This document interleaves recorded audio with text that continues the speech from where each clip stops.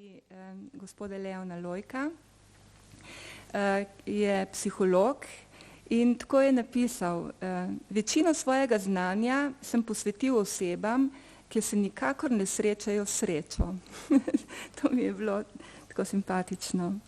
V glavnem, Leon Lojk je svoje znanje izpopolnjeval pri dunajskih in slovenskih strokovnjakih za skupinsko dinamiko. V Ameriki je zaključil skupinsko psihoterapijo na univerzi v Minnesoti. Ravno tako je končal izobraževanje iz racionalno-emotivne terapije, ravno tako v Ameriki.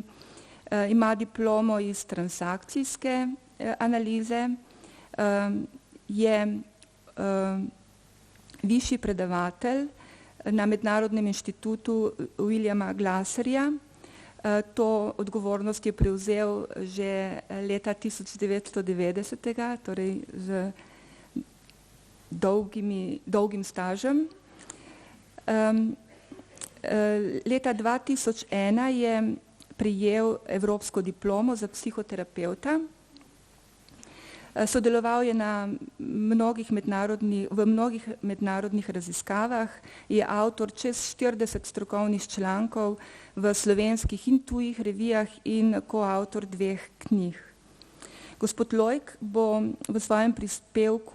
v svojem prispevku sredotočil, kje so izvori in razlogi za toliko različnih pristopov v psihoterapiji. Pa, gospod Lojk, prosim, oder je vaš. Čakajte.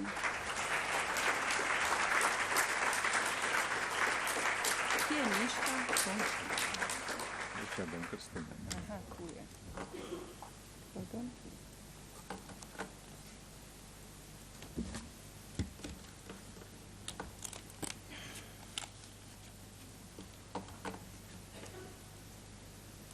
Nazaj? Kar nazaj, da bom s tem nazaj, čakaj.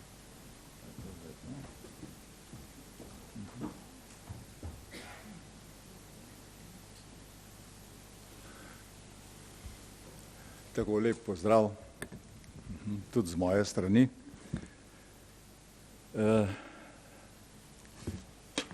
Tisto, kar sem jaz nekako videl v programu, in tak naslov je, torej primerjava med temi posameznimi terapijami, bom naredil na nekem majčkem, bi rekel, bolj splošnem in mogoče malo filozofskem načinu, kot pa direktno same terapije primerjal. Namreč vzrok, da tega ne delam, je v tem, ker ima vsak naš nastopajoči terapevt možnost sam pol ure predstavljati to.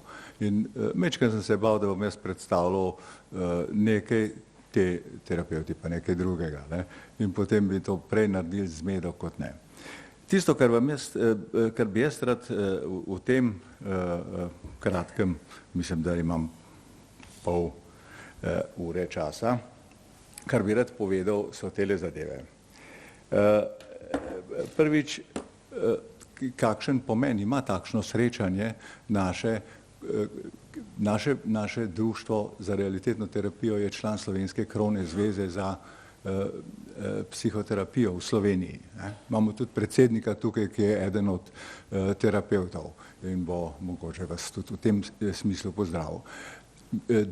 SKZP, torej Slovenska krovna zveza za psihoterapijo, je članica Evropske asociacije za psihoterapijo. In Evropska asociacija za psihoterapijo je prišla ven z nekimi idejami, ki jaz mislim, da gledajo v prihodnost. In torej tudi poskušajo loviti sedanje krize, družbe, težav, ki jih imamo na splošno moderne civilizacije. V tej postindustrijski dobi, informacijski dobi, kot veste, se pojavlja ogromno enih in tudi recimo v tem času relativnega blagostanja se pojavlja ogromno problemov. Mislim, da ta ideja Evropske asociacije za psihoterapijo je nekaj, kar bo lovilo, bi rekel, čas in bo kos izzivom, izzivom, ki jih imajo. No, recimo samo na kratko, sem pa nekaj narobe prijel, na kratko, mogoče tukaj je ta deklaracija te Evropske asociacije za psihoterapijo. Sam na to bi vas opomnil, torej, da ta deklaracija govori o tem, da je prvič psihoterapija neodvisna znanstvena veda, ne, in je dejansko to potreba časa. V drugi točki govori, da mora nastopati torej na visoki ravni kot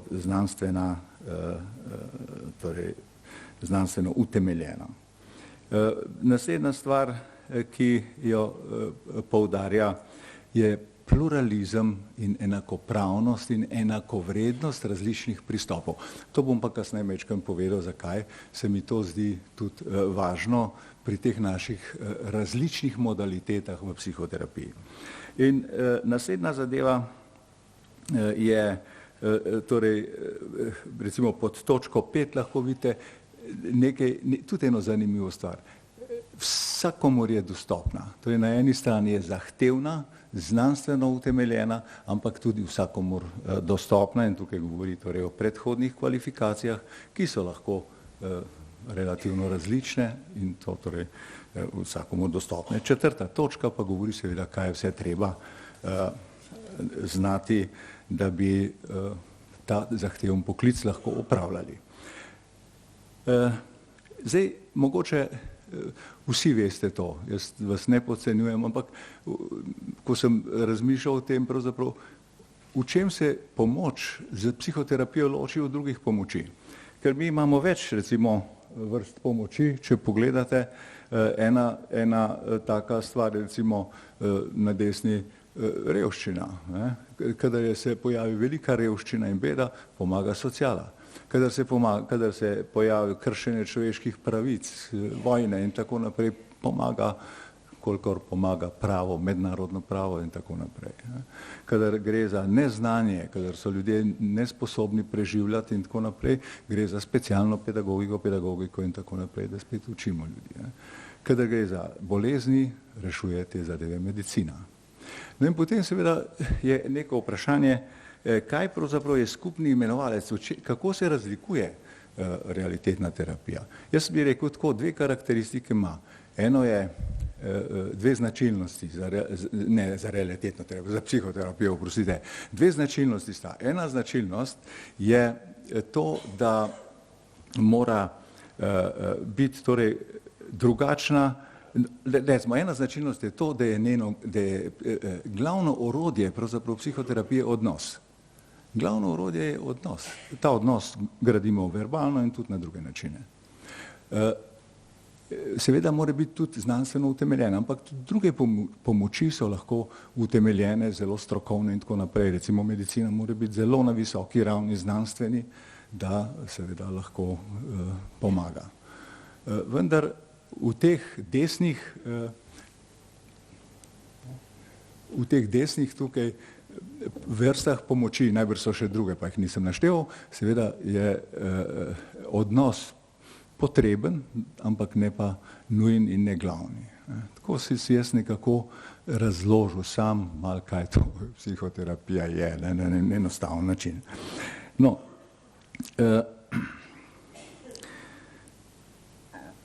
seveda, če gledamo potem naprej, kako mi opredeljujemo recimo razne težave in stiske pri ljudeh, pride včasih do tega nekakšnega konflikta med temi vrstami pomoči, tukaj in temi. Sociologi bojo rekli, da je vsa, težave, stiske, ki jih ima nekdo, da je to zaradi socialnih razmer, revščine in tako naprej. Medicinci radi rečejo, to je stiska je neke vrste bolezen. No, tisto, kar pride k nam kot psihoterapeutom, so v glavnem tiste stiske, ko je enkrat recimo že, ko so mogoče neke zunanje objektivne težave rešene, pa še vedno ostane neka emocionalna notranja stiska pri človeku, ali pa še bolj, mislim, še prej pridejo tisti k nam in se poslužujejo psihoterapije, ki pravzaprav niti drugi ne vidimo kakšnih posebnih objektivnih težav, niti oni sami. In takrat se torej začnemo poglabljati v to, kaj je treba narediti. Pri zelo, jaz bom tudi, imam en tekst noter, jaz kar pišem kot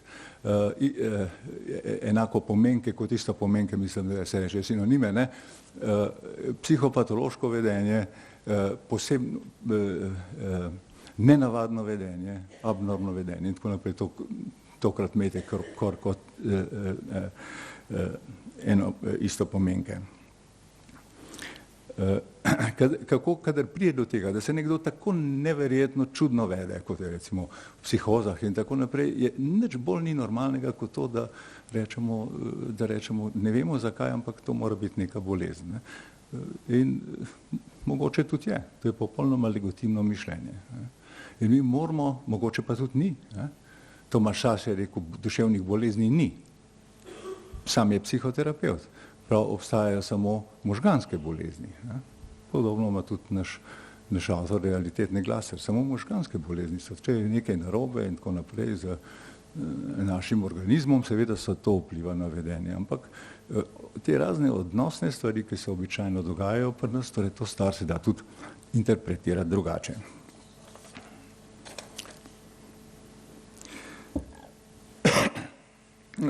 Tukaj samo, ker nimam časa, bom čisto na kratko dal samo toliko, dokler jaz vodo popijem, vi lahko pogledate mogoče še definicijo psihoterapije, ki jo definira EAP.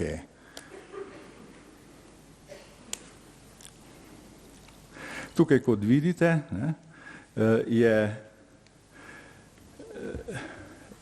zelo pomembna, torej da je psihoterapija znanstvena in da to dela s pomočjo odnosa. To sem povedal že in gremo zdaj lahko naprej. Namreč naslednja stvar, ko se pa vprašamo, je to, pravzaprav, kaj pa je znanstveno. Veste? In tukaj so spet različna mnenja. Na tem področju ni tako lahko reči, to je znanstveno, to ni znanstveno. No in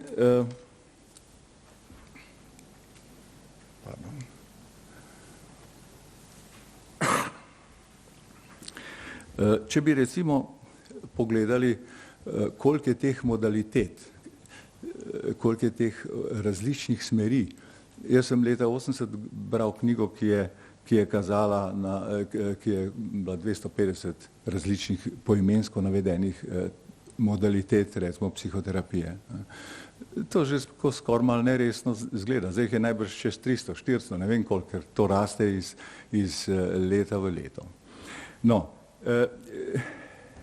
recimo, v čem je problem.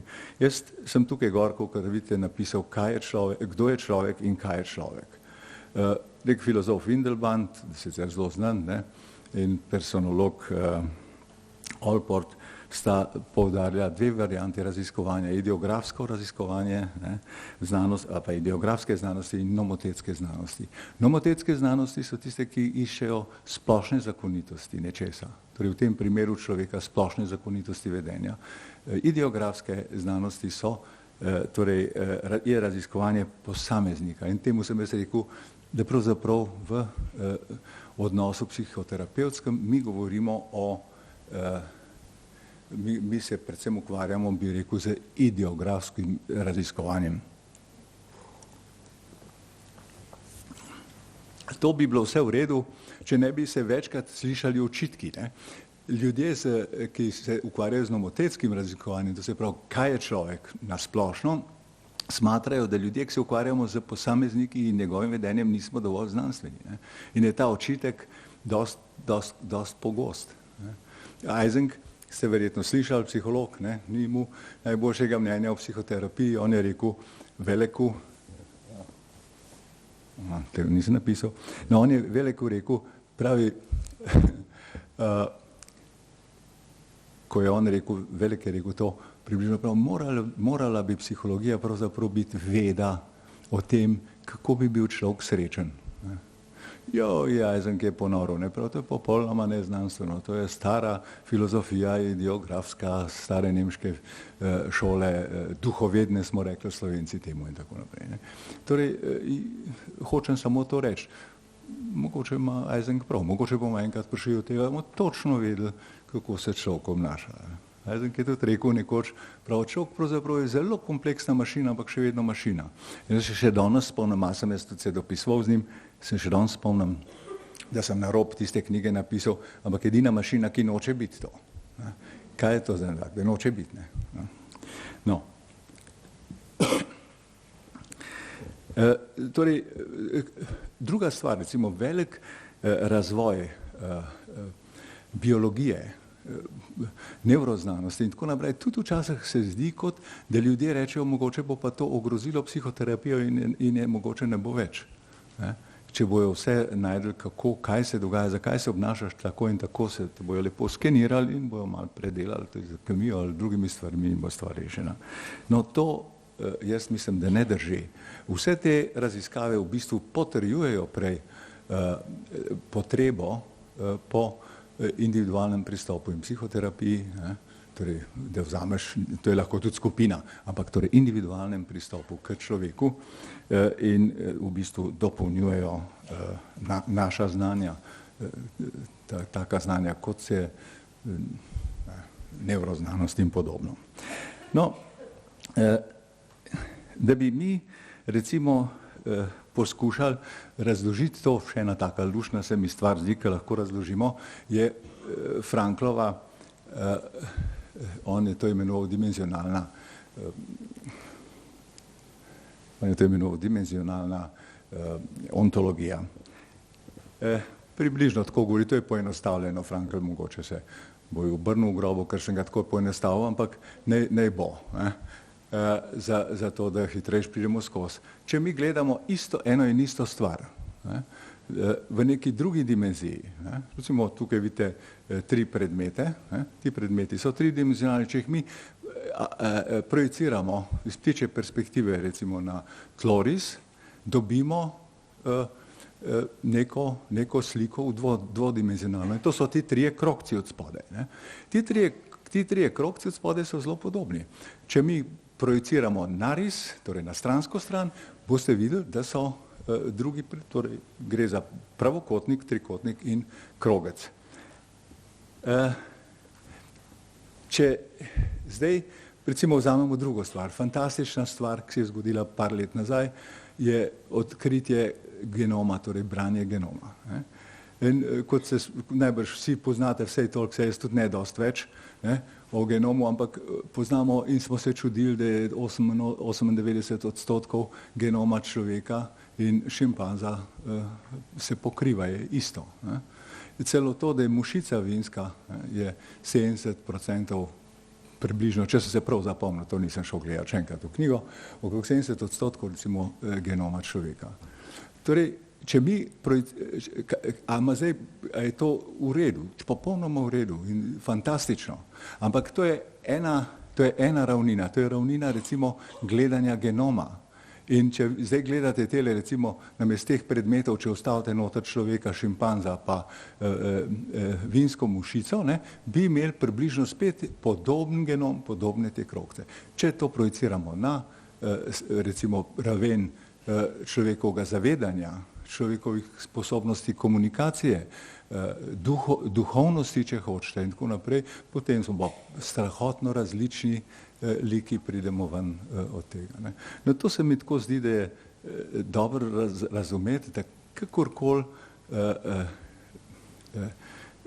mi najdemo neke skupne, in hvala Bogu, da jih najdevamo neke skupne podstati za vse, kar živi, mogoče tudi to nam prinese več spoštovanja do vsega živega.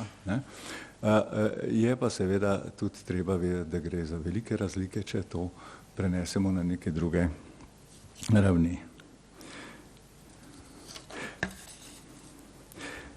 Naslednja stvar, ki se mi zdi, da je potrebno reči, zakaj te razlike nastopajo. Zdaj o teh razlikah med terapijami govorim zaradi tega, ker mislim, da je to važno, da malo vemo, zakaj do vsega tega prihaja. In ker potem nehamo, veste, govoriti, ta terapija je boljša od one terapije. In s tem se približujemo temu, kar govori Strasbourška deklaracija. Vse terapije so enakovredne in jim je zagotovljeno torej,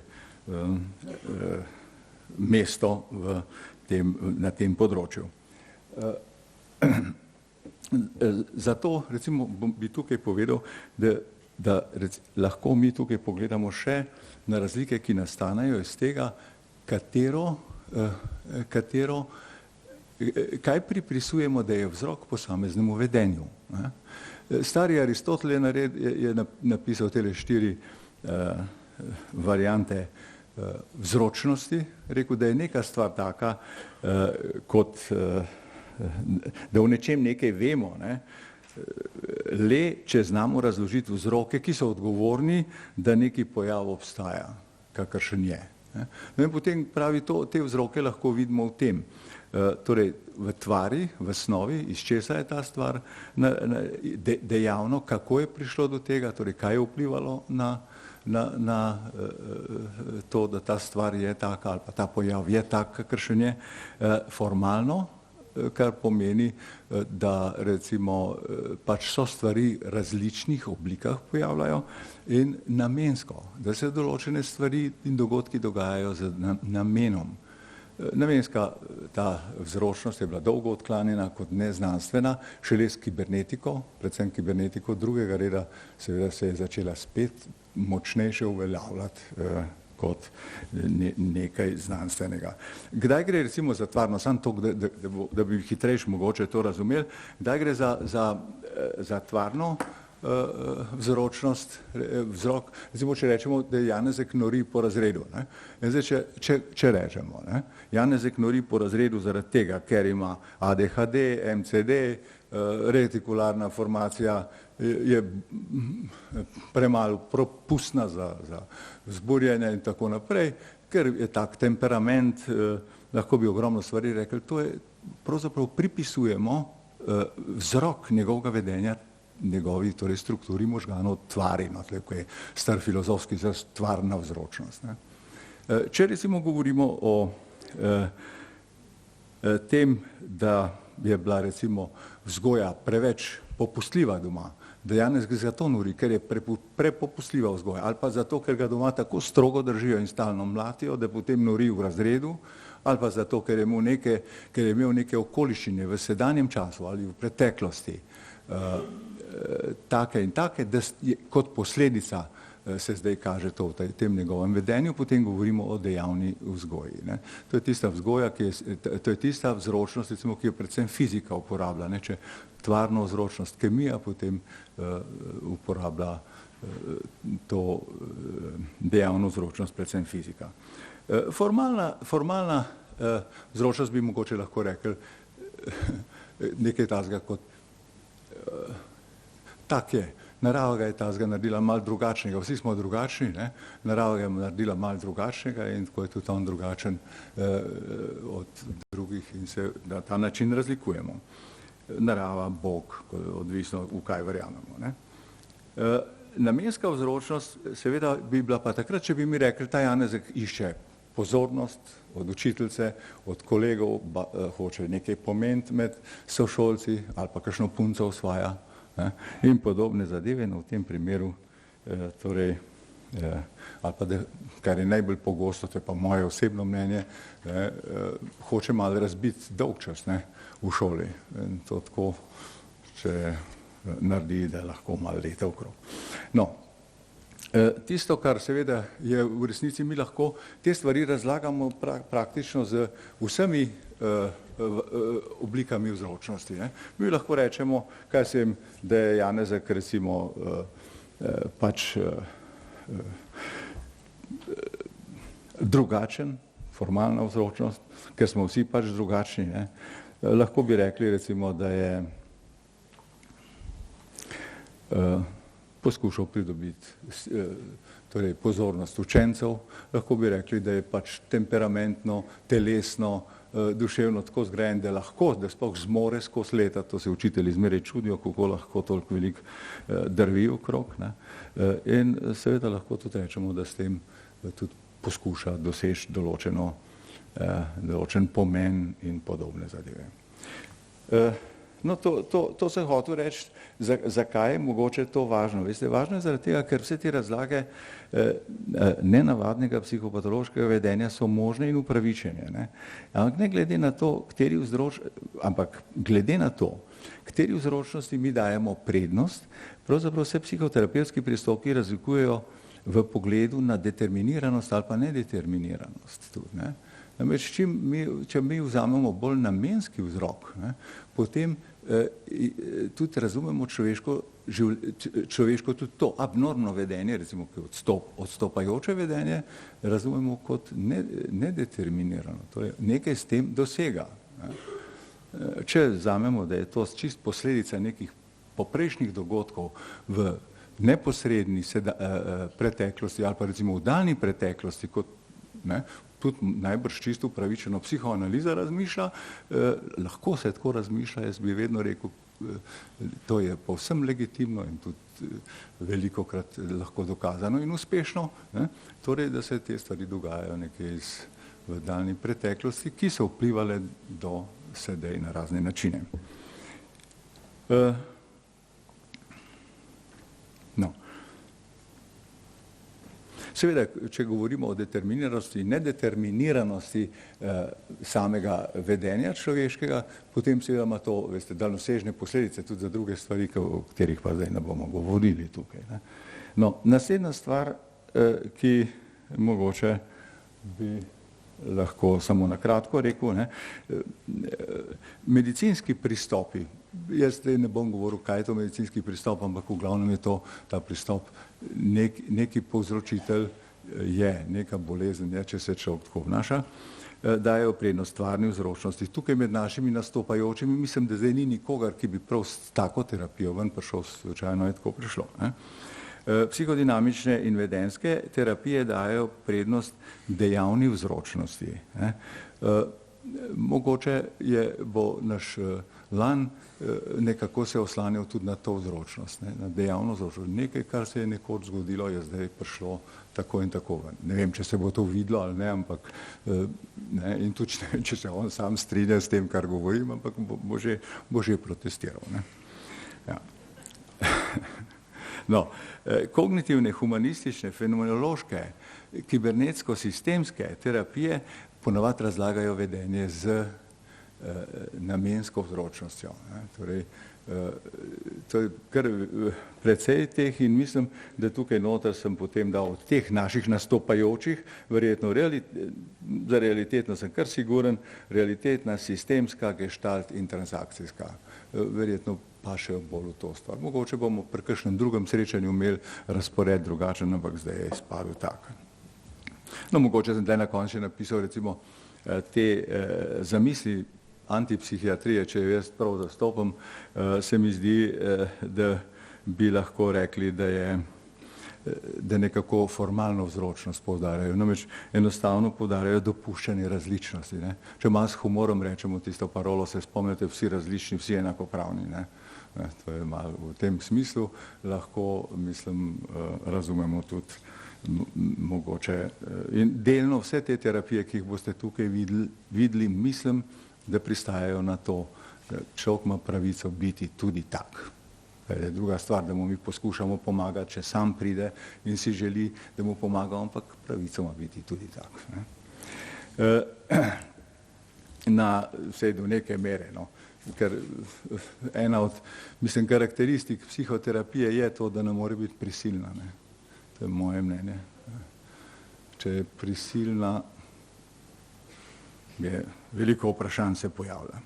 Naslednja stvar, recimo, kar se tiče razlik, bi pa rekel, je pa tudi, če gledamo iz različnih teh epistemoloških, torej spoznavno-teoretskih ali pa metateoretičnih pogledov. Dva poznamo predvsem, eden je pogled, ki ga na evropske filozofe cepimo recimo na John Locke, empirista, in na Kanta. On je bil realni idealist, so ga klicali.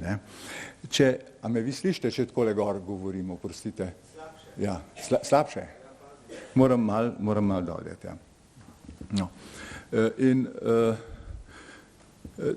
torej tudi na vzhodu recimo nekakšen, bi rekel, vzporednica Loku bi bil Konfucij, mu pravimo zapadnjaki, Kantu pa Moti.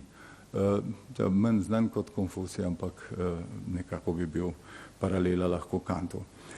Zdaj, če pogledamo, kaj je razlika med tema dvema pogledoma na to, kako sploh svet lahko dojemamo in s tem seveda tudi to vedenje, ki ga imamo pred seboj. Vi boste imeli tole našo gospo Bobo depresivko, ne vem, kako ji bo ime, najbrž tudi, to bo depresija, to bomo mi dali ime Pof.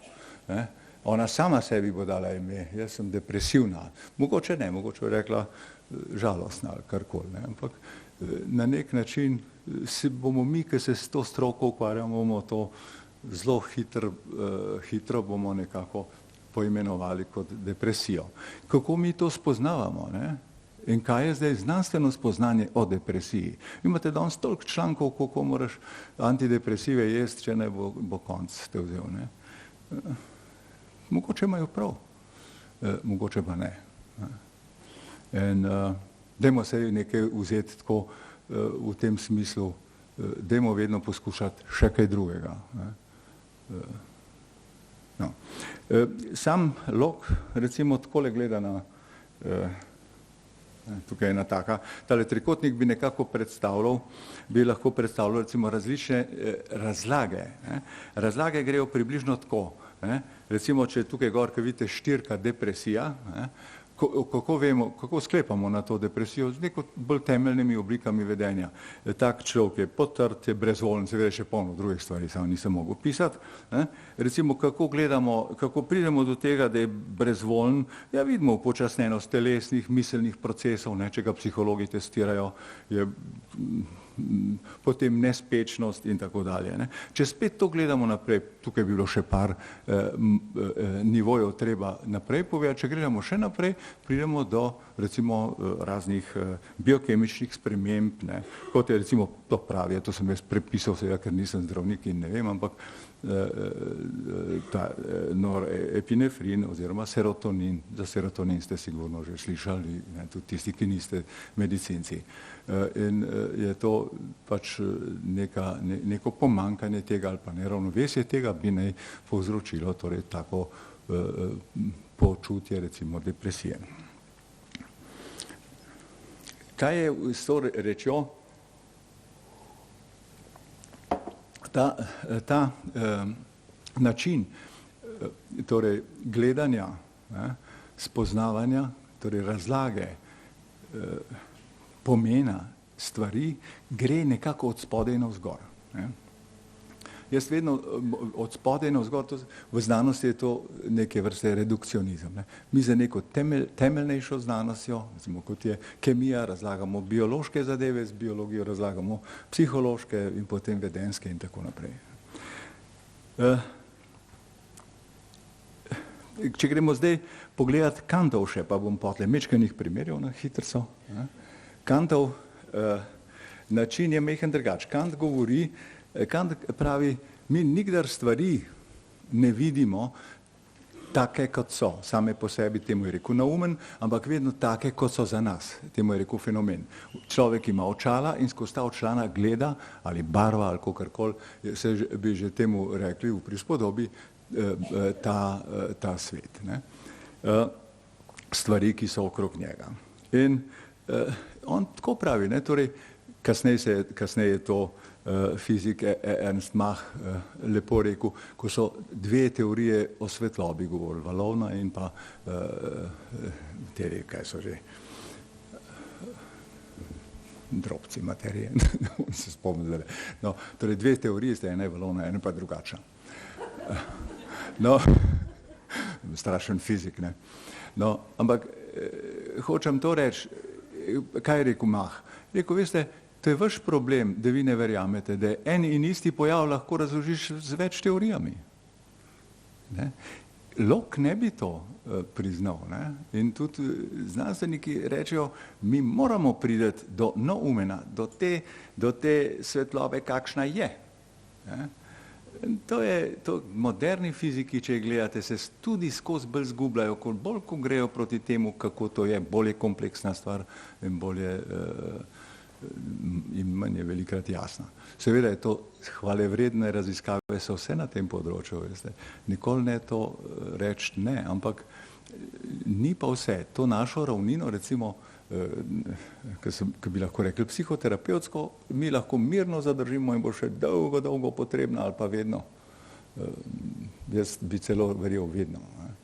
Razlike med terapijami, veste, so, tam sem rekel prej, da je več kot 300 jih, lahko bi jih bilo toliko, kolikor je klientov, pa psihoterapevtov. Boba in jaz, ki se oba ukvarjava z realitetno, torej ista stvar in skozi malo vplivava eden na drugega, ne. Pak drugače delava, ne. Vsak od naju dela malo drugače. No, ampak seveda je treba najti neke splošne zadeve, da se sploh lahko pogovarjamo. Nujno, ne. Mogoče bi ena tako stvar še zdaj povedal, recimo, ki je enostavna in aktualna. Ne. Zakaj je prišlo recimo do krize ekonomske? Ne. Do ekonomske krize recimo bi mi lahko rekli, recimo, da je prišlo zaradi neke, bomo rekli, vse se ve. Ne. Banke so posojale v Ameriki brez pologa, potem so ta dolg, ki naj bi bil izplačan, tudi ekonomist ne, sem poleg tega, da nisem fizik, pa bom kaj kiksal, ne, torej ta dolg so one že unovčile naprej, ne vem, mogoče bi pri nas rekli prepakirale, ne, unovčile naprej v druge, tudi države, dežele, kontinente in tako naprej, ne, potem se je pa izkazalo pravzaprav, da ta dolg, te, ki so kupovali hiše, pri njih ne morejo vrniti in se je nenadoma začelo sesuvati. Ne. To bi bila ena razlaga, tako bi lahko rekel človek Lokova. Kant bi lahko to, v Kantovem smislu lahko drugače razlagamo. Čist ena in ista ekonomska situacija je lahko, če ljudje verjamejo, veste, če ljudje verjamejo, da je ekonomija dobra, pa je lahko taka, recimo, srednja reč ali pa celo slaba. Bojo vlagali, bojo nekaj naredili in pride do neke take, bi rekel, samoizpolnjujoče se prerokbe. Mislim, to sem prebral. Ne, do samoizpolnjujoče se prerokbe rečeš, ta ekonomija je dobra, bom vlagal in res postane dobra. Lahko je ta ekonomija zelo dobra, pa jaz neham verjeti vanjo, ne, in ne vlagam, potegnem ven denar, kar se zdaj v tej krizi dogaja in grejo stvari k vragu. Ne. No, kličejo nas. No, to sem zdaj hotel reči, recimo, to je ena taka reč, ko lahko tudi gledamo na naše ljudi, s katerimi gledamo, kako gledamo mi na to, kako mi gledamo, vi boste videli te terapeute, kako oni gledajo ne vem, koliko se to potle vidi v praksi, bomo videli, ne, ampak verjetno neke razlike boste vsi lahko opazili, ne, pač z svojim pogledom ima drug pogled na to zadevo. No, zdaj pa res na hitrico še, ker mislim, da sem v času noter. Tukaj sem mogoče še tole napisal, ne, 3 smeri razlag, recimo v psihoterapijah, bi tudi lahko še rekli, ene so behavioristične in to je tudi sicer v literaturi od spodaj navzgor, torej to je ta Lokov način. Razlagali bomo stvari, ne, s tem, da bomo prišli do neurotransmiterjev, raznih neuroznanstvenih ugotovitev, kako deluje možgančki in tako naprej. To je en način. Čist krasna stvar, ne, ampak seveda je lahko tudi drugačna. Ne. Konceptualno-konstruktivističen pristop, to je pristop od zgoraj navzdol, to bi bil zdaj malo to, kar sem rekel, Kantov, ne, pristop. In tukaj noter so predvsem torej humanistične, fenomenološke, kognitivni pristopi. Ne. Od nastopajočih naših je tukaj mogoče transakcijska analiza pa gestalt, da paše ta noter. No, pri tistem prvem tam nisem rekel konstitutivno redukcionističnem, tem Lokovem, ne, tam zdaj nimamo nobenega predstavnika, ki bi tukaj bil, ampak to so predvsem medicinski pristopi, ne, in recimo, in tudi bi rekel vedenskih terapij pristop, da nekako sodi v to A kategorijo. No in potem pod, tle so trikrat A, no, pod zadnjo to kategorijo pristope, ki upoštevajo obe smeri. Ne. Torej, tukaj se mi zdi pa, da noter vsekakor grejo tudi take psihoanalitične, psihoanalitiki ne čist mogoče zavestno v tistem času, tako kot zdaj recimo kibernetika drugega reda, ne tako zavestno, ampak so se že zavedali nekako, da je nekaj, kar moramo razlagati od spodaj navzgor in nekaj, kar moramo od zgoraj navdol razlagati. No. No in tukaj noter boste, mislim, da bomo tukaj noter najdli v tem zadnjem recimo globinsko mogoče psihologijo in sistemsko in realitetno terapijo. No. Da bi recimo, zakaj je dobro to razumeti? Razumeti to, kar tukaj govorim, je mogoče, no, ni tako težko, pa tudi tako lahko ni, ne? Ampak mislim, da je dobro to razumeti zaradi tega, ker je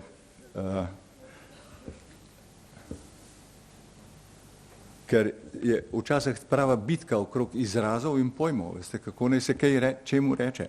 Ne? Recimo, nekatere skupine, ne, medicinska, tudi psihoanalitična v tem primeru, ne, do neke mere govori o tem, da človek zboli. Ne. To je bolezen, recimo depresija, te naše klientke bo bolezen, ne, in jo je treba na nek način raziskati, kako to ozdraviti. Ne. Druge terapije, recimo vedenske in tako naprej, govorijo o neprilagojenosti in raziskujejo način, kako bi ljudi prilagodile. Tretja varianta je to, ta varianta je torej, da govorimo o tem, da se oseba vede tako, da ni srečna, da je pravzaprav neučinkovita. Skozi nekaj mečka in se ji vedno vrača nazaj nekaj neučinkovitega in ima tudi občutek enega kota. Ne. No, to je tudi pri humanistični, kognitivni, fenološki, evolucijski, sistemski, kibernetski. Tukaj noter od naših nastopajočih bo sistemska verjetno, bo verjetno realitetno. Vem, da bo tukaj transakcijska analiza in gestalt, torej kar 4 od teh nekako se mi zdi, da govorijo da na ta način, torej uporabljajo pojme, kaj je pravzaprav recimo depresija, je to bolezen, je to neprilagojenost ali je to preprosto eno neučinkovito vedenje, ki ne more iti naprej. No, jaz bi s tem zaključil, samo še tole rečem. Meni se zdi zelo važno, ne, da postavimo in tukaj boste videli, zato smo tudi šli v tole dosti zavestno. Če hočemo malo to, kar Evropska asociacija za psihoterapijo govori, če hočemo to upoštevati in mi hočemo to upoštevati, ne, potem moramo poskušati ne samo tolerirati druge terapije, ampak jih tudi spoštovati, ker vsaka terapija, psihoterapija in druge oblike pomoči, ljudje se matrajo, da bi nekaj naredili. Ne? In tudi zelo verjamejo v to. Tisto, kar je mogoče še en korak naprej, zaradi česa je dobro, da smo tukaj skupaj, je to ne samo, da se toleriramo, ampak da se spoštujemo in da sodelujemo. No in to je ena taka možnost, ki jo tukaj smo naredili.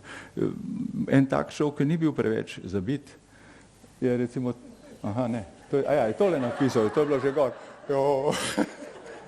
No, tudi naslednji ni tako strašno zabit, ampak ta je še manj. No, ste že brali najbrž, ne? Torej, to je en tak duh, torej, ki je rekel, ki je točno to rekel, nekako je rekel, raziskujmo, seveda je bil velik raziskovalec in fizik in tako dalje, tudi filozof bi rekel, ne? Ampak je pa točno vedel, ne, kar tukaj pravi, ne, naše pojmovanje, ne,